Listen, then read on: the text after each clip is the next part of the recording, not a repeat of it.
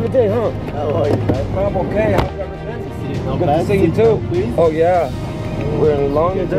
There's heavy.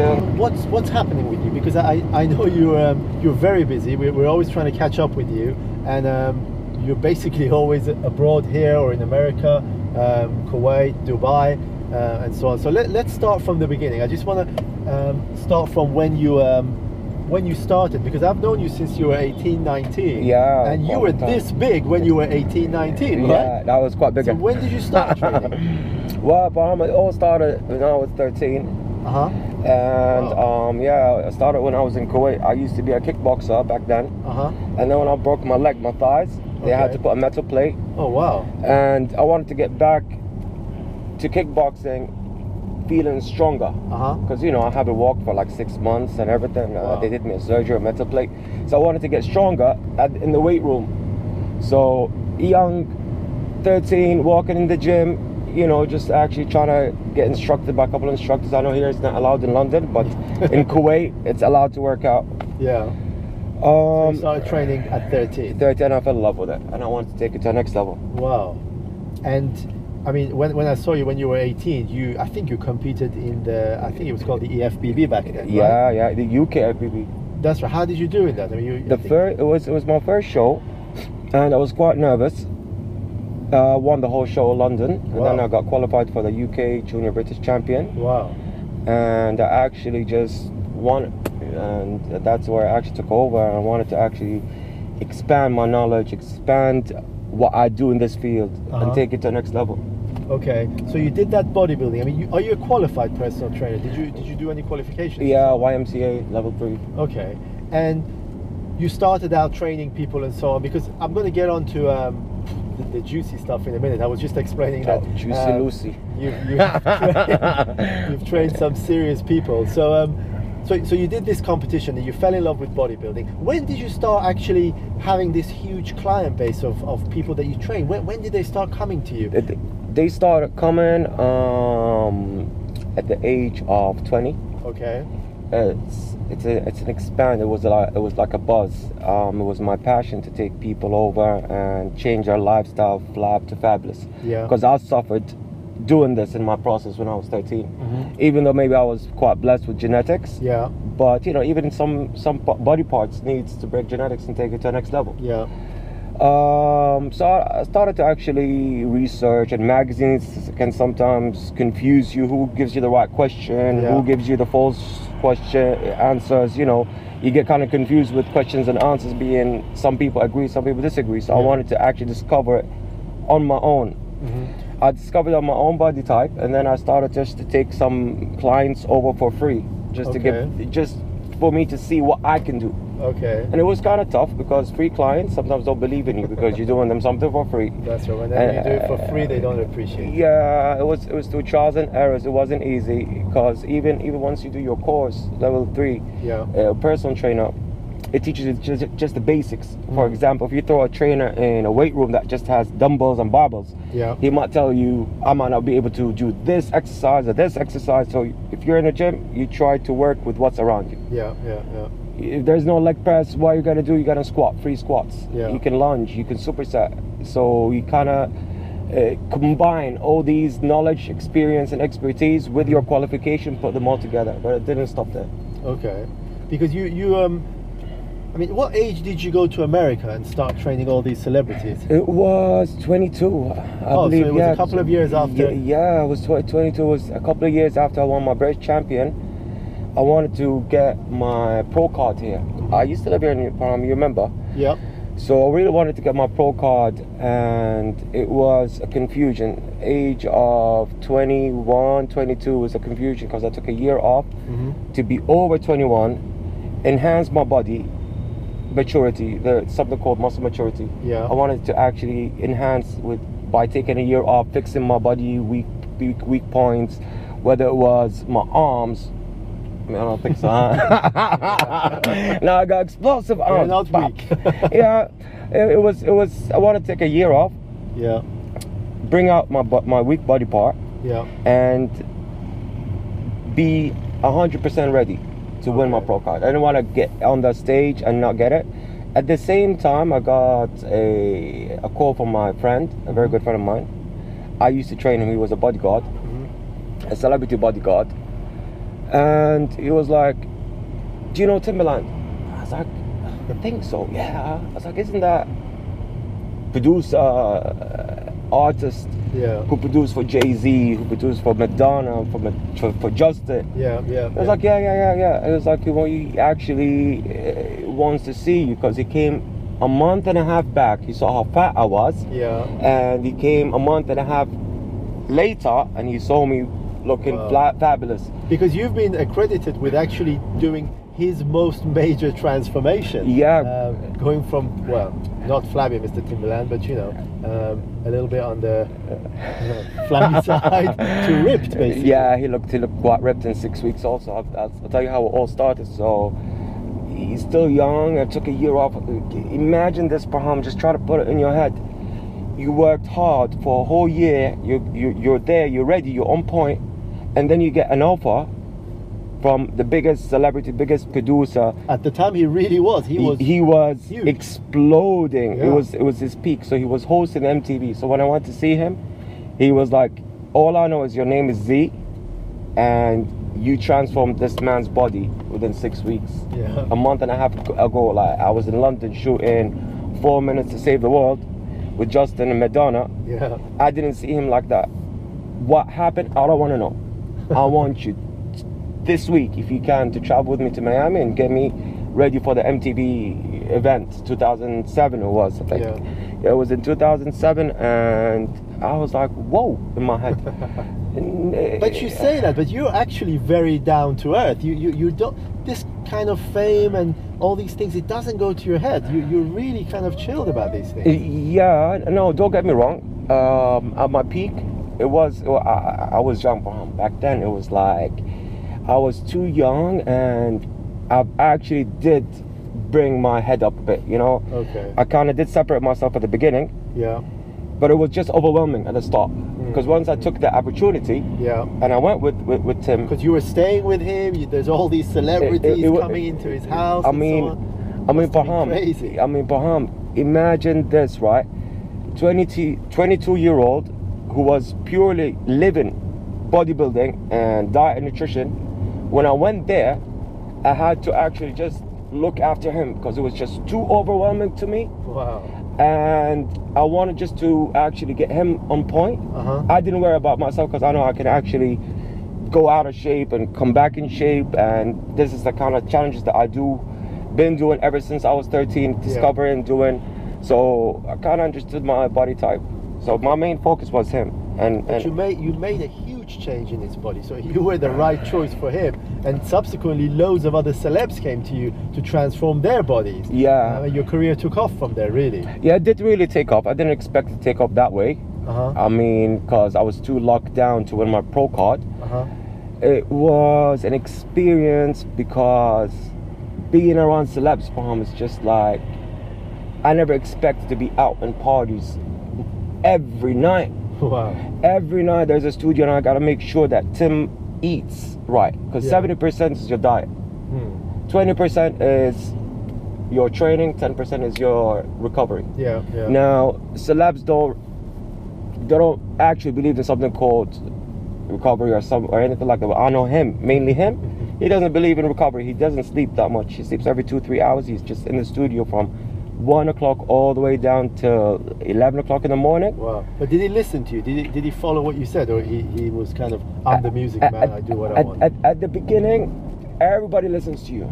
Okay. Right. At the beginning, it gets hard at the end, because you know, you kind of do the whole thing over and over again. You get those munchies. You want to actually snack here, there. Yeah. So the first 3 weeks it was fine. 4th week he started to kick in. Okay. 4th week I had to go in and pull him out, and the only thing that motivates him is, Tim, that you never used to get into this clothes, now you can get into this clothes. Okay, so he saw a change. He doesn't. He remembers it. He stands up. Okay. 4th week was the hardest week with him, right? Because I just couldn't. It was constantly eat this, don't go there. I used to come in his house open the fridge. I know that he eats those ice cream Häagen-Dazs, puts them in the microwave, and just melts them up and just drink it. Wow. I never used to see anybody that does that, but actually tastes good. Okay, I want to move on from Yeah. him. So you it started with him. You moved on to, I mean, I was just explaining that you were training Leonardo DiCaprio. You've been associated with Madonna, P. Diddy, lots and lots of celebs. Some of whom I know are confidential, and you can't really say that you trained them. So that's fine. So you're actually you're not really. I mean, I'm trying to explain to the audience here that a lot of people say they're celebrity trainers or whatever, but they don't really train celebs. But you've trained like A-listers, Hollywood stars, music stars, and so on. So moving on from there, because I know you still have a huge client base of celebrities that pay you quite a lot of money to fly and just train them in their houses and so on. But how did you end up back in Kuwait? Good question. It was my mother. My mother got sick. My sister called me up, and she was like, "You need to be home.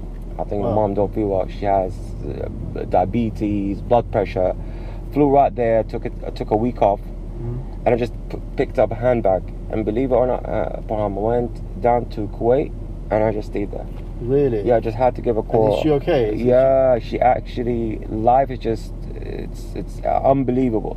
Once you got hope, the magical things can happen, and because she's actually good. People think that you've kind of given this American celebrity training lifestyle, and you're in Kuwait, small country, nothing like America. But in Kuwait, you're a bit of a superstar now. I mean, everybody in Kuwait. Okay, it's a small place, but everybody knows you. So, what did you do there? Because you're an entrepreneur. I mean, you're quite a successful entrepreneur. So you went back to Kuwait. Your mom, thankfully, is better now. How did you start this kind of huge empire of yours there? I had to blend in, and I had to do a grand appearance. I had to introduce myself, not to Kuwait, but the Gulf country. Okay. And going from London, America, Kuwait, it was overwhelming because I'm used to my freedom. And being around celebs, I got used to parties, I got used to the nightlife, and being in Kuwait, got trapped. I had to just look totally and put, I had to put my head in somewhere, and it was in making business. Okay. And making a sound, that makes a big noise that people can notice me. And I've learned a lot, by the way, over the years I've been through, how successful people, how entrepreneurs make it. Yeah, because you're an observer of people. A big observer, almost like a sponge. Yeah. It was something that I wanted to take things into consideration. And I used to learn from the successful people, but then I figured out you should learn from people who did not succeed. Why they didn't? Yeah, okay. Why they haven't succeeded. Okay, so you started your personal training business in Kuwait, which went through the roof, really. Yeah. And now you've got this Healthylicious chain of restaurants. So I mean, just run me through my God, that. How did that come about? Well, Healthylicious, my baby, my business. It's a restaurant. It's a hip restaurant. When I came to Kuwait, after people ask me like, where have I been? I mean, my old school people, and they've been watching my Facebook and everything. Yeah. And people didn't know me, and they got to know me. They just approached me. I got people from royal families that heard that I was trained for celebs. Kuwait is actually kind of small. Yeah. I know you trained some of the royal family of UAE. I don't know if I can say it, but anyway. No, you can say it. They don't mind. Sheikh Nasser from Bahrain. I mean, I've been there with him. Yeah. How did you start your restaurant? I mean, where did that idea? Because I know you eat healthily, and you've had all these recipes for these celebs and so on. So did you start getting demands for it? How did it start? I'll tell you. Well, actually, when I was training celebs, it was a big new experience for me. I discovered that there are big babies first week, trying to make them eat healthy. First week it was joy. So we had to figure out, me and the chef, we had a chef with him, Yeah. And we had to discover some way how he should eat healthy, losing weight, and indulge food, if you know what I mean. Yeah. And not look at the food and feel, oh my God, I gotta eat it. So that's when we started to do trials and errors, recipes after recipes, and we actually come up with hot recipes. And I just took it as another passion that I thought, ooh, that should be part of my list. Yeah. They're not bodybuilders. Bodybuilders would close their eyes and eat anything just to get to the target. So you started Healthylicious. I mean, you've got a few branches now, and it's growing. It's growing all over the place, right? Yeah, alhamdulillah. You know what? I've actually put my heart and soul to it. It started off as a hobby. I'll be honest with you, because I took a small shop in Kuwait. It was for my clients basically, because I couldn't trust their chefs that tried to make them, because those high-profile clients are just like celebrities. They're big babies. They like to eat everything they want, and they think they can lose weight within a week. Come on, you gotta. It's if you want to reach somewhere, it will be a mountain, but try to keep that mountain kind of low by moving recipes around and making it more of a lifestyle, something that you can indulge and everything. So that's where I actually did my own restaurant. So the recipes come from you, basically. You are from in charge scratch, of them. from the sauces, from everything in the menu. It was from me. It's all you. Yeah. Okay. And okay, so the chain of these restaurants is actually expanding, and I know you've got, because I just want to let the people out there know what it is you do exactly, because you know you're on social media, you've got a huge following, hundreds of thousands of people, you've got the chain of Healthylicious, you've still got your personal training business in Kuwait and abroad, and you still have these celebs that fly you out to get your advice and all that. There's something very interesting that happened to you. Well, it's not interesting, it's actually terrible, that people don't know about, and actually you are the first person and the only person that I've ever met that has actually died. So can you just tell us, I mean, I'm laughing, but it's not funny, but you know, you actually died. You actually physically died. Right? Yeah, so actually what happened? I mean, what happened there? Well, first of all, let me correct you, Pam. It wasn't something terrible. It was something actually beautiful experience. All started back in 2014. I had even my son aboard in Kuwait while visiting his holidays. We went out for like go-karting. We were having fun. Came back home. All of a sudden, I couldn't breathe, and I couldn't exhale out. I couldn't inhale in. I could exhale out. Wow. But I couldn't inhale in. And for some reason, my heartbeat started to beat too fast. And I went down to the hospital. They took me straight away to the intensive care, and they actually tried to bring my heart rate down. After that, I just opened my eyes. I opened my eyes. It turned out to be I was there on a Tuesday night, and all of a sudden when I opened my eyes, it was on a Sunday. Wow. Yeah. So can you imagine what happened? First hour I woke up, crossed eyes, kind of confused. Where am I? What's happening? I forgot everything. I forgot my name. Wow. So I forgot what was happening, but I saw my sister there. I saw the nurses. My mom didn't know I was in the hospital. They thought I was in Dubai training a client. So after an hour, once I remembered, I was like, oh my God. He told me everything that happened. And then what happened? Do they know what happened? Yeah, they know what happened. Basically, they were like, I got a heart attack. Oh my God! At what age? It was 2 years ago. So I was 30. Oh my God! So it was actually a heart attack. Yeah, it was a heart attack, and I've got a heart failure. Oh my God! Because once I remembered everything, I got work, I got commitments. You know what I'm? You know, once you run your own business, your health is going to go at 30, right? No, because I was feeling powerful. That's the thing. I was feeling too good. I was feeling too happy, too good, too strong, and I couldn't remember anything. That's the only thing that could confuse me. Wow. So after that 3-4 hours, once I remembered what happened, and it just kept on expanding. So the doctor was like, you won't be able to walk. Do you know what happened to you? You got a heart attack. Oh my God. We've announced you died. Your heart stopped for 4 or 5 minutes. Wow. And they actually had to get the electric shock thing to get me up. They did it twice, and my heart didn't get back. apparently from what they said, they don't recommend to hit it more than twice because the body burns and everything. But one doctor asked them to actually just try it one more time and to see if my heart gets back or not. And that's when my heart came back to life. So why do you say it was a good thing? I will tell you. So once my heart beat it back again, I went straight into a coma. From that coma, I woke up on a Sunday. Wow. So he was like, your body is not strong enough to be able to walk again. Maybe I need the physiotherapy to teach me how to walk again. Wow. I was like, what is he talking about? Because seriously and honestly, I was feeling very, very strong. Sorry to say this, Baham, but if they didn't have that thing, that, you know, they had to put a tube down there and to be able to suck you in, I would have actually took it and ran out. Oh my God. So the second day, I had to keep on insisting to show them that I can walk. And I'm fine. And I don't know what they're talking about. But why was it a good thing? Why? What? Because I learned. What did you learn? I mean, what did you? Because you're quite wise and you're like these old philosophers and so on. Is that because of what happened? Because it did change you, right? It changed me a 360 degree. I mean, let's know this. 360 takes you back to where you were. No. Then the opposite way. Okay. Yeah. It kind of changed me 100%.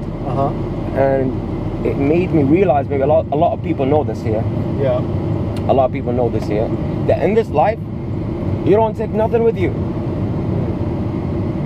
By the way, I did some madness back in my days. I know some crazy times. Some crazy wild times. I used to lie to girls just to sleep with them. I just got to be very honest with you. I was a troublemaker, being a big dude, you know what I mean? And a kickboxer combined together. I was like kind of a bully on the street. And I kind of realized, man, money, none of that you take from life. But the thing is, I'm producing a movie about this, and we'll go more in depth of what I've seen and heard. Well, you got all the contacts for a movie. Yeah, I mean, we'll do this movie at one point, somewhere around 3-4 years later. Not something now, but we'll actually think about it. Okay, it's what I heard and what I've seen, Baham. Yeah. I'll just give something out, right? And I remembered that 3-4 hours later, I heard a noise tell me, look around you. You don't take one penny from this life. Know that you take stress or anything. You just take your good deeds. And more to it, but once the movie's out. Okay. So tell me this. The thing that obviously the audience out there want to know is, how did you get your body? Maybe you can share some of the training tips and diet tips that you hand out to the celebs out there for free for us. So how do you get so big? How do you train? I mean, you are massive, man. Your arms are huge. What's your training like? How do you train? What's your secret? There is not much of secret to it. Mostly number one thing is you gotta dedicate. A rule of thumb, I took an advice. A proper entrepreneur should have seven businesses per month. Okay. Yeah, so 7 businesses in the same chain. So let's say I started off as a health fanatic. I started off in kickboxing and bodybuilding. Yeah. So I combined my personal training business along with my nutrition business, along with my restaurant business, along with my clothing line business that's coming out soon also. Wow. And along with supplement store that's going to be opening up in Kuwait in 2 to 3 weeks, inshallah. It's called Shredded Diesel Station, and will carry the most premium supplements in the store. And not to speak about the best of the best, we're bringing down LA Muscle to Kuwait. And it actually did a big impression, because we did quite a few reviews on the products. We spoke on them. A lot of people went in Kuwait and the Middle East. They went to research what is LA Muscle in UK. A lot of people were familiar about it. Who wasn't familiar were super shocked of the feedback of people's reviews, and they can't wait to bring it down to Kuwait. Okay. Well, we all know how good LA Muscle supplements It's are. absolutely fabulous. I'll tell you this, I gave some samples out in Kuwait. Yeah, in my restaurant, we put it in delivery bags, and we just put some samples out and see people's feedback. Well, whoever gives us a feedback, he gets his next meal for free. Okay. So just to get people, I wanted to see people's feedback on the product and get more of a buzz, because I want them to know quality over quantity. A creatine monohydrate from a different brand and a creatine monohydrate from LA Muscle, for example. It's pharmaceutical grade. Absolutely, absolutely. It's pharmaceutical grade. It just, you'll feel the difference. It's Z, are you going to share some secrets with us or what? Secrets, yes. I want to know, just let's have some secrets. Sick. How do you get big? How do you get big fast? You got to eat well, and you got to eat a lot. You got to eat big to get big. Like, you got to eat like a bodybuilder to look like a bodybuilder. You got to, I mean, you want to eat like a bodybuilder, then you got to train and eat like a bodybuilder, and you got to eat big to grow like a bodybuilder. Okay, how do you get lean? Let's say we're July, and I don't know, let's say I'm going on holiday in August, which I'm not. Let's say if somebody was, how do you get ripped in 4 weeks? You gotta pay up for something. Oh, come on, Parham. Typical entrepreneur. No, come on, Parham. To get ripped, 4 weeks. I got 4 weeks, let's say. I just want to see my ass. It's quite easy. A little bit of six-pack pill extreme. Okay. Apart from selling us supplements. No. I'm actually being honest. Six-pack pill extreme. Okay. I'll start with my supplements. Six-pack pill extreme. Bloat no more. Sculpt. Diet whey.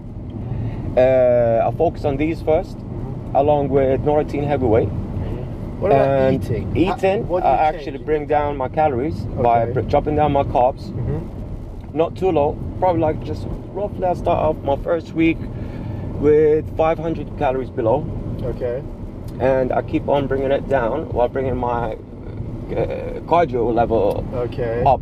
So cardio up, calories down. Calories down. And I actually just keep my training very, very simple. What I don't about change carbs? it. Do you eat carbs when I you're trying to? I do. I don't believe in low carbs things. I bring my carbs quite low, not too low. Believe it or not, I don't go below. My lowest is 200 grams. Wow. My lowest is 200 grams per day. And I know people who actually go on zero carbs. You cannot be afraid from carbs. Okay. You need carbs to get lean and ripped. How much cardio is he? I don't believe more than 30 minutes. If you actually eat right and train right, 30 minutes will do the job. And would you say older people need to do more, or it kind of applies? It depends. It depends from genetics to genetics. You've actually got good genetics, because I don't know if people know this. Your first cousin is actually the Sword, which is an LA Muscle athlete. Sword, 8 times Mr. London, right? Yeah. So genetics for you is good, but does it play a role, you think, in how people can transform themselves? You might have a good genetics in getting ripped, but not have good genetics in growing. You might have good genetics in growing and getting ripped, and vice versa, right? My hard genetics was to actually grow. To be honest with you, really, yeah, to grow, that's quite hard for me. And there was one point in my life when genetics changed. It was easier for me to grow and eat, and harder for me to get lean. As your body, year in, year out, your body goes through changes, and you got to discover that. Not only with yourself, but with other clients. And that's what I've actually mastered. Yeah, you personalize their programs for them. And I'll be honest with you, maintaining your body, once you reach the point that you like, and you got to the point that you want it, because not a lot of people get satisfied where they want to be. Okay. To maintain is even harder than achieving bodybuilding or achieving getting fit and ripped. Maintaining is too hard. Z, what's your views on steroids? And be honest. Okay. Will I get locked up here? No. Okay. You know, everyone each to their own, right? But you must have a view on it. So I have. People are interested. Yeah. What's your views on steroids? A couple of the questions that I got. Did you take steroids? Is that why your heart stopped? I mean, to be fully honest with you, Parham, I did take steroids. and it was part of my experience and expertise. Yeah. I wanted to discover every big and small in bodybuilding. For yourself, basically. And for myself. Yeah. And to be able to answer questions. And I know I put my life in my threat, but let me explain this. Steroids do give you side effects. Mm-hmm. And no matter how many doctors are behind you and may back you up with research approved documents, it's never too safe. You risk your body. But 2014 had nothing to do with steroids or anything, because in the movie you actually get to see what happened and results, papers, how everything was fine, and then how everything when I was in intensive care was absolutely, my records was horrible.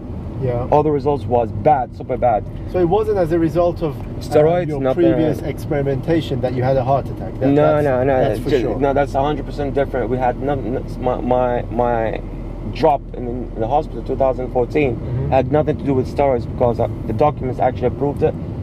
8 days later, once I woke up, they did the results again, and everything was perfect. And that's where the shock comes in, and that's where you guys are gonna have to be tuned in and watch a movie.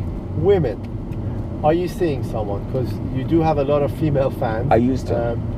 You used to have a lot of female. No. I used to. I used to. What do you call it? I used to mess around with women a lot. But okay, but what about now? You settled? Yeah, settled, and it's hard to be settled down, because you know, us men, our eyes look around, and I came to realize sticking to one woman gives you a blessing, karma in life, because you don't end up lying to this girl and that girl and this girl. Yeah. And it affects your life, because karma is there. Once you dedicate to one girl that you know she's right for you, that she backs you up in every single thing that you do. And how long have you been with this girl of yours? It was 6 years. Wow. 7 years. 7 years, yeah. She's from Iran. She's from you. Where you come from? Iran, yes. Persia. Okay. So, yeah, she backs me up with my work, through my ups, through my downs. You know, even when we sometimes argue, I've learned to actually control my anger, and it's just a huge change of a lifestyle where I'm just focused at one girl. Yeah. And I'm just focusing on. Seems to have grounded you. You seem to be very grounded, very focused. Yeah, very, very focused. It's something I'm still shocked to this day, and I'm actually discovering new things every single week. What's coming up for you? So what's coming up? What's Shredded Diesel going to be doing in the next year? Good question. I don't want to throw all my cards, but some of the things that I want to let the people see and to be tuned in. For the next 3 months, plans are: we're opening 2 more Health Delicious in Kuwait. We're opening my first store of supplements, which we mentioned, Shredded Diesel Station. I'm opening another restaurant called Hakuka Boutique. Okay. You guys are the first people to let you know about this. Exclusive. Nobody. And if you check my Instagram, right, you won't see it posted over there. It's a restaurant, which is a regular restaurant, and it has a small menu of a diet. Let's say you come out with your girlfriend. Yeah. You're on a diet. She's not on a diet. She's on a diet. You're not on a diet. So you guys, so you got that small menu. Hakuka Boutique. It's named after an Arabic name that we do burgers, sliders, and all sort of amazing things that you guys will have to see it for your own. Okay. Well, look, it's been fantastic to see you. Oh, and not to mention we're opening in Oman and Qatar in the next 3 months. Now I don't want to go, man. I'm holding to your to the seatbelt. I'm staying right here. Anyway, it has been fantastic to see you, and I hope the people out there enjoyed your interview. It's been a nice sunny day around London.